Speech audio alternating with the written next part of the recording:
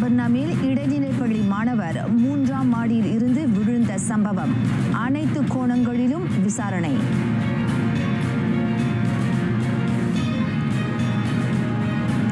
ஒப்புதல் அளிக்கப்பட்ட 3 ஆண்டுகளுக்கு பின்னரே தனியார் பாலர் பள்ளிகள் கட்டணத்தை உயர்த்த முடியும்.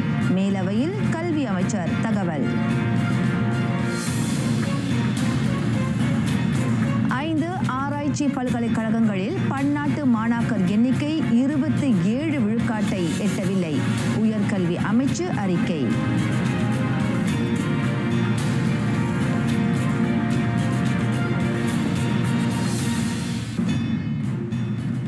வணக்கம். சலாம் மலேசியா மடானி. ஆர்டிஎம் தமிழ் செய்திகள் உங்களுக்காக. உங்களுடன் நான் லோகீஸ்வரி மோகன். ஸ்லாங்கூர் சபா பர்னாமில் உள்ள ஒரு மாணவர் பள்ளி தங்கும் விடுதியின் 3வது மாடியிலிருந்து விழுந்த சம்பவம். அது தொடர்பான விசாரணையை கல்வி அமைச்சு முடுக்கிவிட்டிருப்பதாக அமைச்சர் ஃபத்லினா சிடேக் தெரிவித்தார். தொடர்புடைய பள்ளியில் கடைபிடிக்கப்படும் நிர்வாக நடைமுறை SOP ஆராய்வதே இந்த புலனாய்வின் முதன்மை நோக்கமாகும். சம்பந்தப்பட்ட அந்த 15 வயது மாணவன் தற்போது மருத்துவமனையில் சிகிச்சை பெற்று வருவதாக ஃபத்லினா சிடேக் தமது அதிகாரப்படியான ஃபேஸ்புக் பக்கத்தில் இடுகையிட்டுள்ளார். அச்சம்பவம் தொடர்பான விசாரணை அனைத்து கோணங்களிலும் விரிவாக மேற்கொள்ளப்படும் என அமைச்சர் உறுதியளித்தார். அதில் பகடிவதை நிகழ்ந்ததற்கான அம்சங்கள் தென்பட்டால் அமைச்சு அறவே தயை காட்டாது என ஃபத்லினா வலியுறுத்தினார். அந்த பாதிக்கப்பட்ட மாணவர் மிக விரைவில் குணமடைய வேண்டும் என பிரார்த்திப்பதாக அவர் இவ்வேளையில் தெரிவித்தார். விசாரணை முழுமை பெறும் வரையில் பள்ளி முதல்வர், மாணவர் விவகார மூத்த உதவியாளர், உறைவிட பாதுகாவலர்கள் ஆகியோரை அமைச்சு தற்காலிகமாக இடம் அமர்த்தும் என்றார் அவர். ஜொஹோர் ஸ்கூடாய் மலேசிய தொழில்நுட்ப பல்கலைக்கழக தன்னார்வ இராணுவ பலாபேஸ் பயிற்சியாளர் ஷம்சுல் ஹாரிஸ் ஷம்சுடினின் உடலை தோண்டி எடுக்க ஸ்லாங்கூர் ஷா அலாம் நீதிமன்றம் உத்தரவு பிறப்பித்தது. அவரின் தாயார் உம்மு ஹைமான் பி டவுலத் கானின் விண்ணப்பத்தை எடுத்து இறப்புக்கான உண்மை காரணத்தை கண்டறியும் விசாரணைக்கு உதவ நீதிமன்றம் அதற்கு அனுமதி அளித்தது. ஸ்லாங்கூர் சிமஞ்சி கம்புங் ரிஞ்சிங் உலு இஸ்லாமிய இடுகாட்டில் நல்லடக்கம் செய்யப்பட்ட 22 வயது ஷம்சுல் ஹாரிஸ் ஷம்சுடினின் உடலை தோண்ட நீதிபதி டத்தோ புபிண்டர் சிங் குர்சரான் சிங் பிரேட் இசைவு வழங்கினார். உடல் தோண்டி எடுக்கப்பட்ட 14 நாட்களுக்குள் உடற்கூறு ஆய்வு மேற்கொள்ளப்பட கோலாலம்பூர் மருத்துவமனையின் தடயவியல் வல்லுநர் ஒருவர் பணிக்கப்பட்டுள்ளார். தம் மகனின் மரணத்தில் ஐயம் இருப்பதாக இறந்தவரின் 45 வயது தாயாரான உம்மு ஹைமான் பி டவுலத் கன் செய்த விண்ணப்பத்தை ஏற்ற நீதிமன்றம் ஷம்சுல் ஹாரிஸின் உடலை தோண்டி எடுக்க ஒப்புதல் அளித்தது.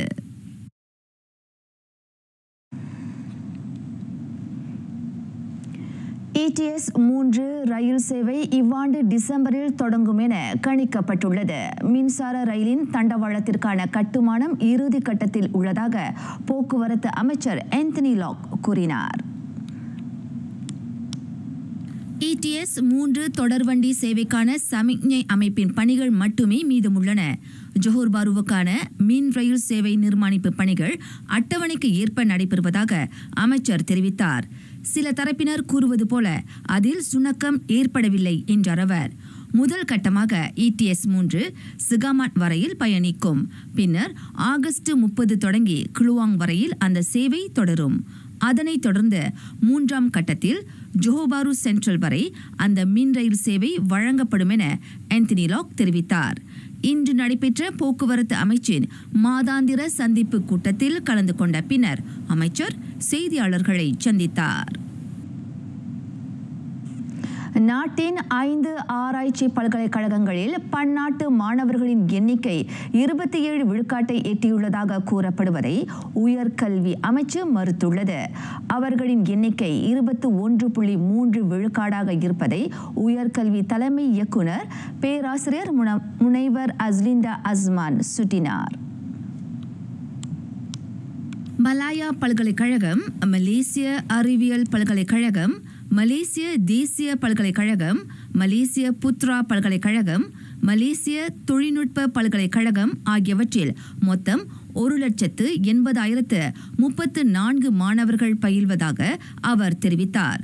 அவர்களில் 21.3 விழுக்காடு அல்லது 38,388 பேர் மட்டுமே பன்னாட்டு மாணவர்கள் என அவர் தெளிவுபடுத்தினார். 1,41,636 பேர் உள்ளூர் மாணவர்களாவர். பன்னாட்டு மாணவர்கள் அதிகமானோர் மலேசியாவில் கல்வி மேற்கொள்வதும் அதில் நுண்ணோக்கப்படும் என முனைவர் டத்தோ அஸ்லிண்டா கூறினார்.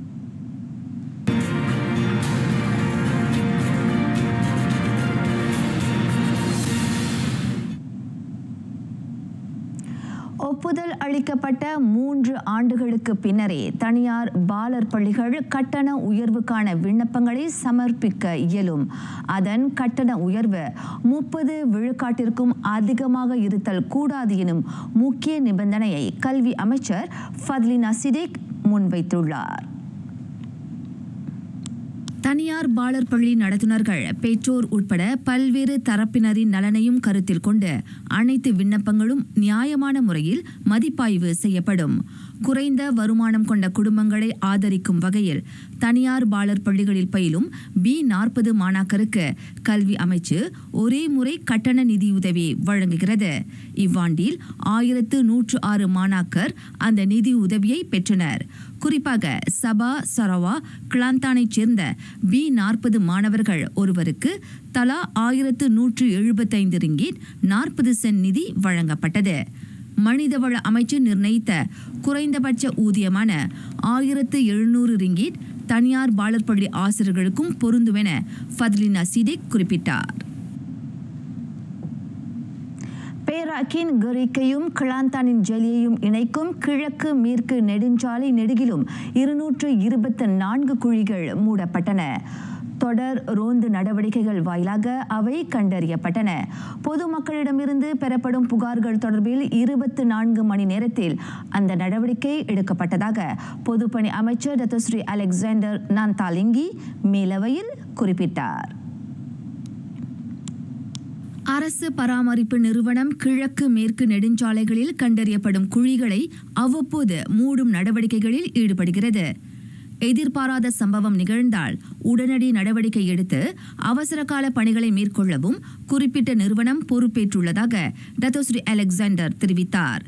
விபத்து அபாயம் உள்ள பகுதிகளில் சாலை விளக்குகளை பொருத்துதல் உட்பட சாலை பயனர் பாதுகாப்பை உறுதி செய்யும் முனைப்புகளில் தமது அமைச்சு கவனம் செலுத்தி வருவதாக அவர் கூறினார். சாலை விபத்துகளால் அதிகரிக்கும் மரண சம்பவங்கள் குறித்து செனட்டர் டத்தோ ஷம்சுடின் அப்துல் கஃபார் எழுப்பிய கேள்விக்கு டத்தோஸ்ரீ அலெக்சாண்டர் அவ்வாறு விடை பகன்றார். 2048 ஆண்டு வாக்கில் மூத்த குடிமக்களை பெரும்பான்மையாய் கொண்ட நாடாக மலேசியா உருவாகவிருக்கிறது. மொத்த மக்கள் தொகையில் 14 விழுக்காட்டினர் 65 அல்லது அதற்கும் மேற்பட்ட வயதை எட்டியிருப்பர் என மலேசிய புள்ளியியல் துறை கணித்துள்ளதாக 2ஆம் நிதியமைச்சர் டத்தோஸ்ரீ அமீர் ஹம்சா அசிசான் சுட்டினார். 2021 நாட்டில் 65 வயதுக்கு மேற்பட்டவர் விகிதம் 7 விழுக்காட்டை எட்டியதும் மலேசியா அதிகாரப்பூர்வமாக மூப்பு நாடானது. கருவுறும் விகிதம் குறைவதால் நாட்டில் 14 வயதுக்கு உட்பட்டவர்களின் எண்ணிக்கை தொடர்ந்து குறைந்து வருகிறது. ஆயுள் காலம் நீட்டிப்பு 65 வயதானவர்களின் விகிதம் உயர காரணமாவதாக 2ஆம் நிதியமைச்சர் அவையில் குறிப்பிட்டார். முதியவர்கள் அதிகம் உள்ள நாடாக மலேசியா உருவெடுப்பது குறித்து பயான்பாரு உறுப்பினர் எழுப்பிய கேள்விக்கு பொருளாதார அமைச்சருமான டத்தோஸ்ரீ அமீர் ஹம்சா இவ்வாறு பதில் உரைத்தார். 2090 கோடி வீட்டு கடனுதவி உத்தரவாத திட்டத்துக்காக அங்கீகரிக்கப்பட்ட தொகை அது 2008ஆம் ஆண்டு தொடங்கி கடந்த மே 31ஆம் நாள் வரை 88,507 விண்ணப்பங்களுக்கு ஒப்புதல் அளிக்கப்பட்டுள்ளதை வீடமைப்பு ஊராட்சி துணை அமைச்சர் டத்தோ ஐமான் அத்திரா சாபு குறிப்பிட்டார். இவ்வாண்டு அத்திட்டத்துக்கான ஒதுக்கீடு 1000 கோடி வரை உயர்த்தப்பட்டதாக துணை அமைச்சர் தெரிவித்தார். முதல் வீட்டை வாங்குவோர் குறிப்பாக B40, M40 தரப்பினர்களுக்கு 5 லட்சம் ரிங்கிட் வரை உத்தரவாத கடனுதவியை அரசாங்கம் வழங்க திட்டமிட்டுள்ளது. முதல் வீடாக புதிய வீடு, கட்டுமானத்தில் உள்ள வீடு அல்லது ஏலத்தில் விடப்பட்ட வீடுகளை அவர்கள் வாங்கலாம். வருமானத்துடன் ஒப்பிடும்போது வீடுகளின் விலை அதிகமாக உள்ளது. அதனால் இளையோர் அவற்றை வாங்குவதில் சிக்கலை எதிர்நோக்குகின்றனர். செனட்டர் டத்தோ கோ நாய்கோங் எழுப்பிய வினாவுக்கு விடையளித்த டத்தோ ஐமான் அத்திரா அவ்விவரங்களை வெளியிட்டார். நாட்டில் இணைய மோசடி சம்பவங்கள் அதிகரித்து வருவதை தொடர்ந்து 2022 முதல் கடந்த ஜூலை வரை தவறான நோக்கத்திற்காக பயன்படுத்தப்பட்ட 173,224 வங்கி கணக்குகள் அடையாளம் காணப்பட்டுள்ளன. அவற்றை ஒடுக்க செயலாக்க நடவடிக்கைகள் வலுப்படுத்தப்பட்டுள்ளதாக உள்துறை துணை அமைச்சர் டத்தோஸ்ரீ டாக்டர் ஷம்சுல் அன்வார் நசாரா மேலவையில் கூறினார். அரசு மலேசிய போலீஸ் படை உட்பட இதர அமலாக்க நிறுவனங்களின் ஒத்துழைப்பின் வழி சம்பந்தப்பட்ட பொருளாக கணக்குகள் கண்காணிக்கப்பட்டு வருவதாகவும் துணை அமைச்சர் தெரிவித்தார். குற்றச்செயல்கள் மீண்டும் நிகழாமல் தடுக்கும் அதே வேளை அதிகாரிகளுடன் ஒத்துழைக்க மக்களின் விழிப்புணர்வையும் நம்பிக்கையையும் பெற இது வகை செய்யும். இவ்வாண்டு ஜூலை 31ஆம் நாள் வரை மக்களிடையே விழிப்புணர்வை ஏற்படுத்தவும் கண்காட்சிகள் மூலம் மொத்தம் 11,753 இணைய மோசடி தடுப்பு நடவடிக்கைகள் பதிவு செய்யப்பட்டுள்ளதாக டத்தோஸ்ரீ டாக்டர் ஷம்சுல் கூறினார். இன்றைய மேலவையில் செனட்டர் நூர் ஹஸ்மிமி அப்துல் கனி எழுப்பிய வினாவிற்கு அவர் அவ்வாறு பதிலளித்தார். தொடர்ந்து மக்களவை செய்திகள். கடந்த ஜனவரி தொடங்கி ஜூன் மாதம் வரையில் பொது புகார் நிர்வாக முறை சிஸ்பாவின் கீழ் 6,978 புகார்கள் பெறப்பட்டன. செயலாக்கம் மற்றும் உள்கட்டமைப்பு வசதிகள் தொடர்பில் 3 அமைச்சுகளிடம் மிக அதிகமாக புகார்கள் அளிக்கப்பட்டதாக பிரதமர் துறையின் கூட்டரசு பிரதேச அமைச்சர் டத்தோஸ்ரீ டாக்டர் ஜலிஹா முஸ்தபா கூறினார். வாடிக்கையாளர் எதிர்பார்ப்பு மற்றும் சேவை வழங்கல் தொடர்பிலும் அதிக புகார்கள் பெறப்பட்டுள்ளன. சிஸ்பா முறைமை வாயிலாக கிடைக்கப்பெறும் புகார்களையும் அதன் பொருட்டு எடுக்கப்படும் நடவடிக்கைகளை பொது புகார் பணியகமும் தமதமைச்சும் துல்லியமாகவும் வெளிப்படையாகவும் கண்காணிக்க முடிவதாக டத்தோஸ்ரீ டாக்டர் ஜலிஹா குறிப்பிட்டார். ஒவ்வொரு புகாரும் தொடர்புடைய துறைகளுக்கும் அரசு நிறுவனங்களுக்கும் அனுப்பப்படுகிறது என்றார் அவர். பொது புகார் நிர்வாக முறை சிஸ்பா கீழ் கிடைக்கப்பெற்ற புகார்கள் குறித்து குழுவாங் உறுப்பினரின் கேள்விக்கு டத்தோஸ்ரீ டாக்டர் ஜலிஹா பதில் அளித்தார். செம்பனை உற்பத்தி பொருட்களை வணிக பொருட்களாக மாற்றி அமைக்கும் செயல்முறை, அதற்கான புதிய சந்தை வழிமுறைகளை வடிவமைக்க வேண்டியதன் அவசியம் பரிசீலனை செய்யப்படலாம் என தோட்ட மூலப்பொருள் துணை அமைச்சர் டத்தோ சான் ஃபுங் ஹிட் வலியுறுத்தினார்.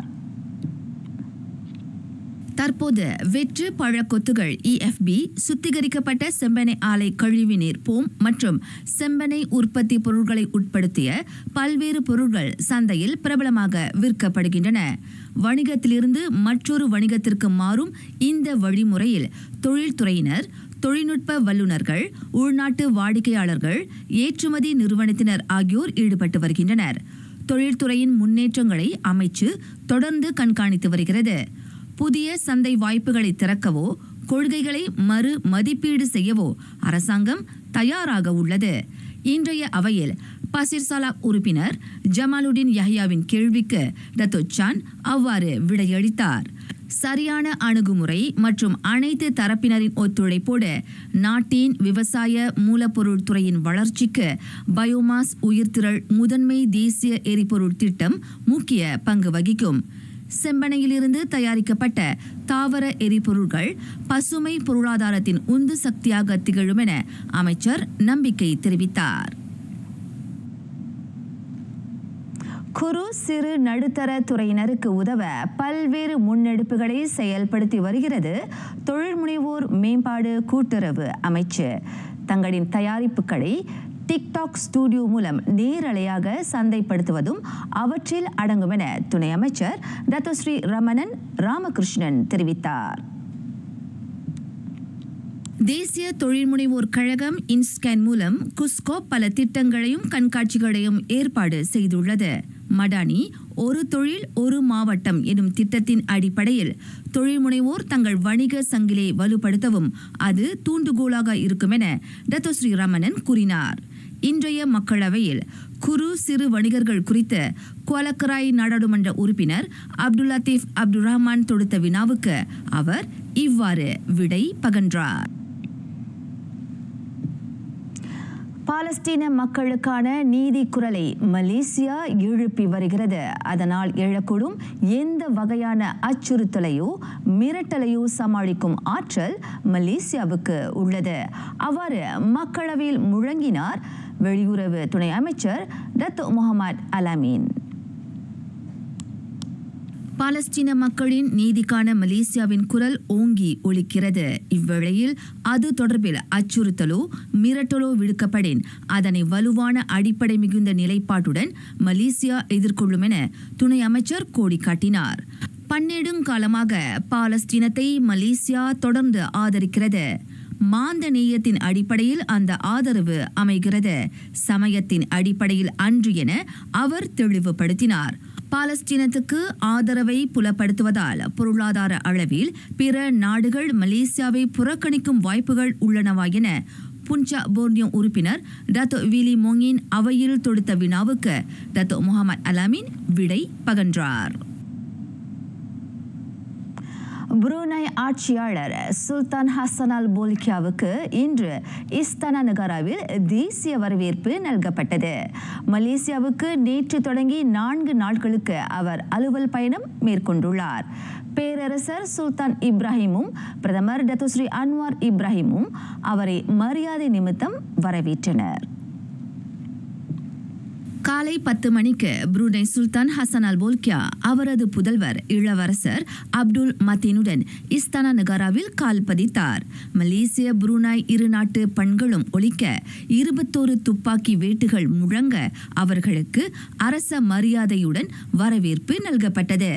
அதனைத் தொடர்ந்து இரு நாட்டு ஆட்சியாளர்களும் மலேசியா புரூனாய் இடையே பல்லாண்டுகளாக தொடரும் அரச தந்திர உறவை வலுப்படுத்தும் முயற்சிகள் குறித்து கலந்துரையாடினர். பின்னர் புரூனை சுல்தான் தலைமையிலான பேராளர் குழுவுடன் பேரரசர் விருந்தில் கலந்து கொண்டார். இந்நிகழ்ச்சியில் பிரதமர் டத்தோ ஸ்ரீ அன்வார் இப்ராஹிம், தொடர்பு அமைச்சர் டத்தோ ஃபாமி ஃபட்சேல், அரசாங்க தலைமைச் செயலாளர் தான் ஸ்ரீ ஷம்சுல் அஸ்ரி அபுபக்கர், மக்களவை தலைவர் தான் ஸ்ரீ ஜொஹாரி அப்துல் உள்ளிட்ட சில அமைச்சரவை உறுப்பினர்களும் கலந்து சிறப்பித்தனர். ஈராண்டுக்கு முன் கையூட்டை கேட்டதோடு அதனை பெற்றதாக தங்கள் மீது சுமத்தப்பட்ட குற்றச்சாட்டை மர்சிங் மாவட்ட போலீஸ் தலைமையகத்தைச் சேர்ந்த ஓர் அதிகாரியும் உறுப்பினர்கள் இருவரும் மறுத்துள்ளனர். நீதிபதி டத்தோ அஹ்மத் கமால் அரிஃபின் இஸ்மாயில் முன்னிலையில் குற்றச்சாட்டு வாசிக்கப்பட்ட போது அவர்கள் அவ்வாறு வாக்குமூலம் அளித்தனர்.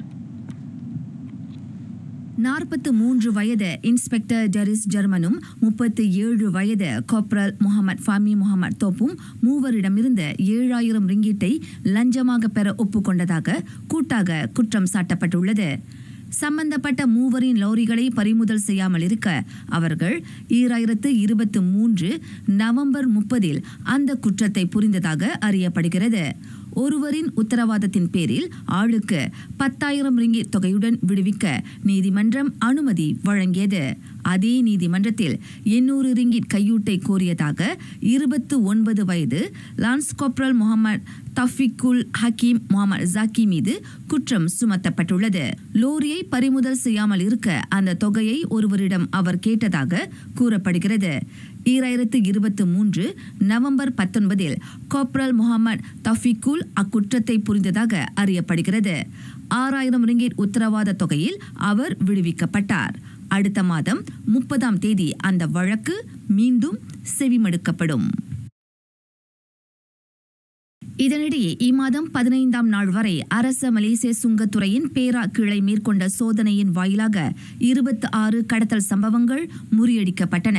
அவற்றின் மொத்த மதிப்பு 22,44,000 ரிங்கீட்டை எட்டலாம் என கணிக்கப்படுவதாக பேரா சுங்க இயக்குனர் முகமது நஸ்ரி அரிஃபின் தெரிவித்தார். மதுபானம், உறைந்த உணவுப் பொருட்கள், சிகரெட்டுகள், அரிசி ஆகியவை கடத்தப்பட்டது தொடக்க புலனாய்வில் கண்டறியப்பட்டது. அவற்றில் பேரா சித்தியாவானில் ஒரு லோரியை சோதனை செய்ததில் 3,16,000 ரிங்கிட் மதிப்புடைய மதுபானங்கள் பறிமுதல் செய்யப்பட்ட வேளை அதில் சம்பந்தப்பட்ட 38 வயது உள்ளூர் ஆடவர் கைது செய்யப்பட்டார்.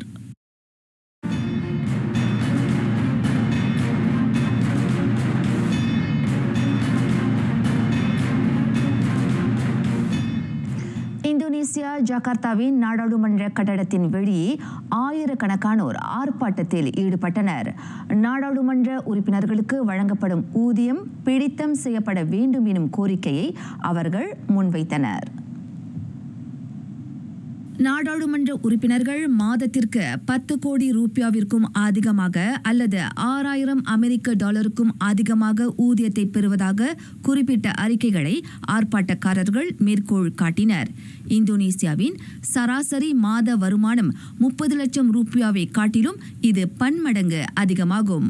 நாடாளுமன்ற வாயில்களை தகர்க்க முயன்ற நூற்றுக்கணக்கான ஆர்ப்பாட்டக்காரர்கள் மீது போலீசார் கண்ணீர் புகைக்குண்டுகளை வீசினர். சில போராட்டக்காரர்கள் கருப்பு நிற உடையணிந்து போலீசார் மீது பட்டாசுகளை வீசினர். அந்த பேரணியில் ஒரு மோட்டார் சைக்கிள் தீக்கிரையானது.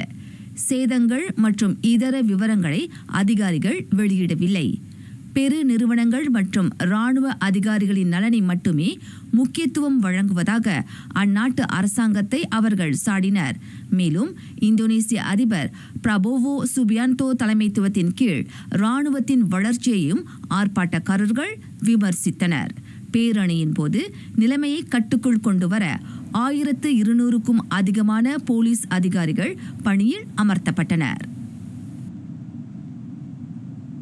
வங்காளதேசத்தில் குடியேறியிருக்கும் ரோஹிங்கியா அகதிகளுக்கு போதிய வசதிகளையும் வளங்களையும் ஒதுக்குவதில் சிரமம் நிலவுவதாக அந்நாட்டு அரசு தெரிவித்துள்ளது.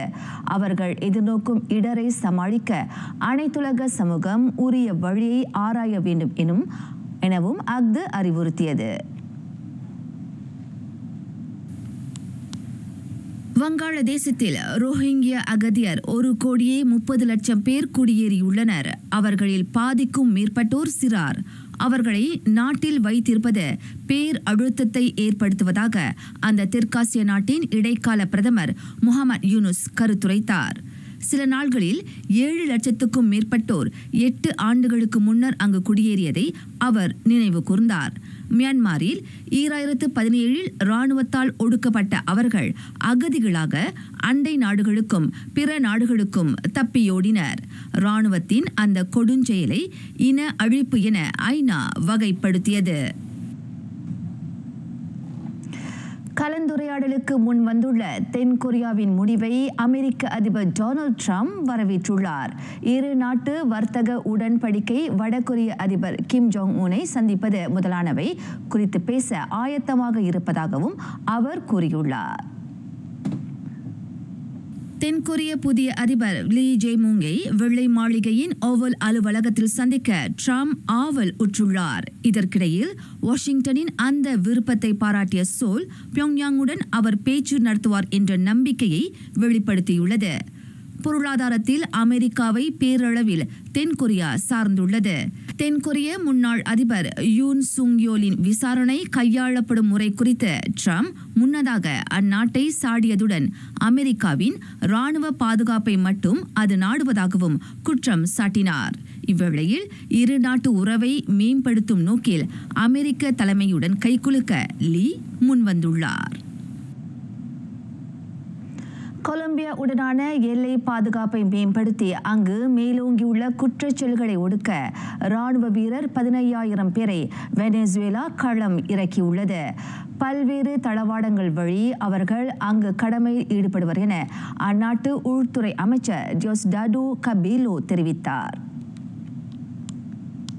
கொலம்பியா எல்லையில் போதைப்பொருள் கடத்தல்காரர்களை முறியடிக்க வெனிசுவேலா ராணுவ வீரர்கள் அங்கு தீவிர வேட்டையில் ஈடுபடுவர். ஜுலியா தச்சிரா ஆகிய இரு மாநிலங்களில் குறிப்பாக ராணுவ நடவடிக்கைகள் நுண்ணோக்கப்படும். தொலையியக்க பறக்கும் கருவிகள், படகுகள், வானூர்திகள், இதர ஊர்திகள் ஆகியவற்றின் துணையுடன் அவர்கள் கடமையாற்றுவர் என கபேலோ கூறினார். தெற்கு கரிபியன் தீவில் லத்தீன் அமெரிக்கா நெடுக போதைப் பொருள் கடத்தலை முறியடிக்க அமெரிக்கா முனைந்துள்ள வேளை வெனிசுவேலா அந்த அதிரடி அறிவிப்பை செய்தது. எல்லை கடந்த குற்றச்செயல்களை ஒடுக்க கொலம்பியாவும் முயல வேண்டுமென கபேலோ இதனூடே வலியுறுத்தினார்.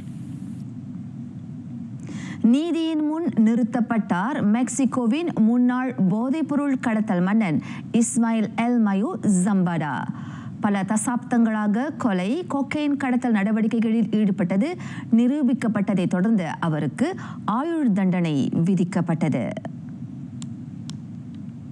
முன்னதாக மோசடி சதி திட்டத்தில் ஈடுபட்டதோடு பல்வேறு குற்றச்செயல்களில் ஈடுபட்டதாக 75 வயதான ஜம்பாடா மீது புருக்லின் நீதிமன்றத்தில் குற்றம் சாட்டப்பட்டது. தம் மீது சுமத்தப்பட்ட குற்றச்சாட்டை ஒப்புக்கொண்டதை அடுத்து அவருக்கு ஆயுள் தண்டனை விதிக்கப்பட்டது. அமெரிக்காவில் கொக்கைன், ஹெரோயின், ஃபென்டனைல் வகை போதைப்பொருள் கடத்தல் சம்பவங்கள் அதிகரித்ததற்கு ஜம்பாடாவே முதன்மை காரணம் என அரசு தரப்பு வழக்கறிஞர்கள் சாடினர். பல ஆண்டுகளாக ஜம்பாடாவுடன் சினாலுவா போதைப்பொருள் கும்பலில் ஈடுபட்டு தற்போது சிறைவாசத்தை அனுபவிக்கும் ஜோய்கின் எல் சாப்போ குஸ்மானிடமிருந்து பெறப்பட்ட வாக்குமூலத்தின் அடிப்படையில் அந்த குற்றச்சாட்டுகள் முன்வைக்கப்பட்டன. ரஃபாயல் காரோ குவென்டேரோ அல்லது ஜம்பாடாவுக்கு மரண தண்டனை விதிக்கப்படாது என நீதித்துறை உறுதி அளித்ததை தொடர்ந்து ஜம்பாடா தனக்கு எதிரான குற்றச்சாட்டை ஒப்புக்கொண்டார். சினாலுவா போதைப்பொருள் கும்பல் 15 லட்சத்திற்கும் அதிகமான கிலோகிராம் கொக்கைனை ஏற்றுமதி செய்து ஆண்டுக்கு நூற்றுக்கணக்கான மில்லியன் அமெரிக்க டாலரை எட்டியது. போதைப் பொருளை பாதுகாக்க மெக்சிகோவில் அரசியல்வாதிகள் மற்றும் போலீஸ் அதிகாரிகளுக்கு கையூட்டு வழங்கியதோடு எதிரிகளை கொல்ல ஆயுதம் ஏந்தியவர்களுக்கு கட்டளையிட்டதாகவும் ஜம்பாடா தெரிவித்தார். கடந்த 2024ஆம் ஆண்டில் கடத்தல் மன்னர்களான ஜோக்வின் குஸ்மன் லோபேஸும் ஜம்பாடாவும் கைது செய்யப்பட்டனர். தொடர்வது விளையாட்டுச் செய்திகள். 2025 உலக பூப்பந்து போட்டியில் 2ஆம் சுற்றுக்கு முன்னேறினார் லியோங் ஜுன்ஹாவ். நாட்டின் அந்த ஒற்றையர் வீரர் முன்னதாக சுவிட்சர்லாந்தைச் சேர்ந்த டோபியாஸ் குவென்சியை 21-12, 21-14 என நேரடி செட்களில் வீழ்த்தினார். அவ்வாட்டம் நிறைவை தொட 31 நிமிடங்கள் பிடித்தன. உலக தர வரிசையில் 25ஆம் நிலையில் இருக்கும் ஜுன்ஹாவுக்கு 2ஆம் சுற்றில் கடும் சவால் காத்திருக்கிறது. அதில் அவர் ஜப்பானின் கென்டா நிஷிமோட்டோவுடன் மோதுவார். முன்னதாக நிஷிமோட்டோ தைவானைச் சேர்ந்த வாங் ஜூவேயை 21-13, 21-13 என நேரடி செட்களில் வென்றார். இங்கிலீஷ் பிரீமியர் லீக்கில் 16 வயது ரியோங் முஹா லிவர்பூல் அணியின் வெற்றியை உறுதி செய்தார். இன்று அதிகாலையில் அரங்கேறிய ஆட்டம் ஒன்றில் அந்த நடப்பு வெற்றியாளர் 3-2 என நூலிழையில் நியூகாஸ்டலை வென்றது. ராயன் கிராவன்பஷ் மற்றும் ஹியூகோ எக்கிடெக் இருவரும் தி ரெட்ஸை 2 கோல்களில் முன்னணி வகிக்க செய்தனர். 45ஆம் நிமிடத்தில் ஆண்டனி கோர்டோன் திடலை விட்டு வெளியேற்றப்பட்ட பின்னர் நியூகாசல் 10 வீரர்களுடன் களமாடியது. அந்த நிலையை பாதகமாக கருதாத உபசரணை அணி புருனோ குமாரஸ் மற்றும் வில்லியம் ஒசுலா மூலம் ஆட்டத்தை சமப்படுத்தியது. லிவர்பூல் வெற்றி கனியை பறிக்க 100வது நிமிடம் வரை காத்திருக்க வேண்டியிருந்தது. ரியோ முஹா புகுத்திய கோலினால் அவனி 3-2 என வாகை சூடியது. செந்நிற அணி வரலாற்றில் கோல் புகுத்திய மிக இளவயது வீரராக அந்த இங்கிலாந்து குடிமகன் விளங்குகிறார். ஞானக்குரல். வன்னிய தெட்டு மதியம் 16, முன்னிய 12 முள். அக்கினி மண்டலத்தில் 8 கலைகளும் சந்திர மண்டலத்தில் 16 கலைகளும் உள்ளன. அதேபோல் சூரிய மண்டலத்தில் 12 கலைகள் இருக்கின்றன. கலைகள் என்பது நாடிகளை குறிப்பவை என ஆன்ம பொருள் உரைக்கிறார் ஔவை பிராட்டி. நிறைவடைகின்றன RTM தமிழ் செய்திகள். எங்களோடு இணைந்ததற்கு நன்றி.